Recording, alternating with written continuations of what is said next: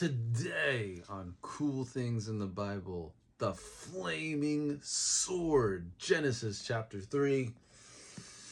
Let's do a little recap of where we're at. Eve, despite being perfectly beautiful, having the studliest man ever, living in a gorgeous garden, and being perfectly fulfilled in her relationship with God, decided, you know what? This isn't enough. I want more. Ladies, so predictable. And Adam deciding he did not want to live in a future in which his woman would be disciplined and ultimately die, leaving him alone in the world, decides to follow his woman into sin, willingly disobeying God. She was tricked, he was not. In the ultimate act of self-imposed emasculation and the first ever incident of simpery. God then throwing them out of the garden and cursing their asses and us forever, then posts angels and, quote, a flaming sword that turned every way to guard the way to the tree of life.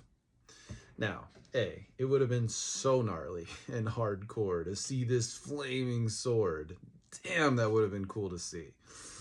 And B, swords hadn't even been invented by humans yet. God invented the sword. Damn, that's cool. Now, C, this flaming sword represents and signifies so much as follows. Number one, God does not play with disobedience. You cross him, you are banished. There is no going back on your own. 2, God uses force to defend his natural state of righteousness, purity, and perfection. He will use his sword to violently destroy his enemies as needed. And 3, he alone guards the path to life, eternal life.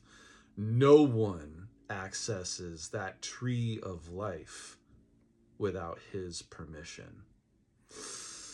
And that's the point, my friends. Sin banishes us, and we can only ever get back to righteousness with his permission and help. We can't do it on our own.